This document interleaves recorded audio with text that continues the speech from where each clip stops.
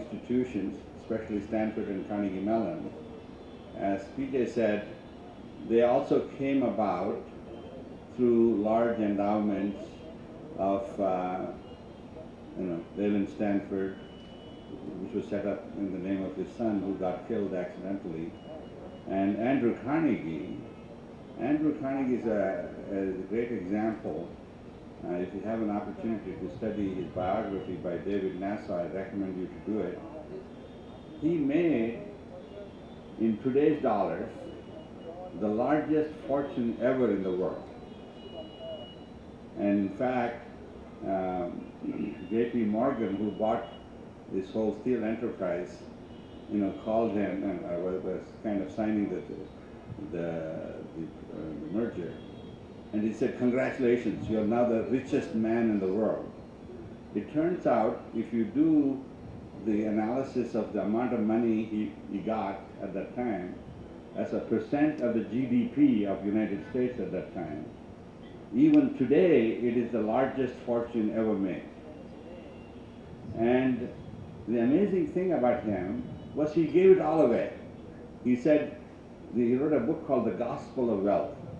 The purpose of creating wealth is not to just spend it or give it to your children and grandchildren. You are just a trustee of this wealth, and you should essentially give it away. He stuck to his word. He gave away every penny that he ever made, except for a small amount of money, relative to the amount of money, like $1 million at that time, to his wife, which is now like close to $100 million.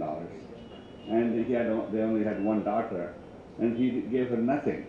He said, "The money I gave my wife, she will take care of her daughter, so I don't need to give her any more money." It's amazing that he came from a very poor family in Scotland and did all of this. And it's a very interesting story.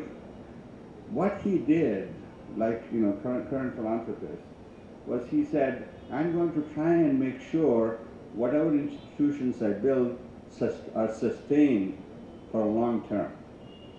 So rather than just giving the money, he said, if I give money to Pittsburgh to build the world's best library, Carnegie Library of Pittsburgh, then I want the city to agree to sustain it forever. That is, I'll give all the money to get it started. I will even give some money.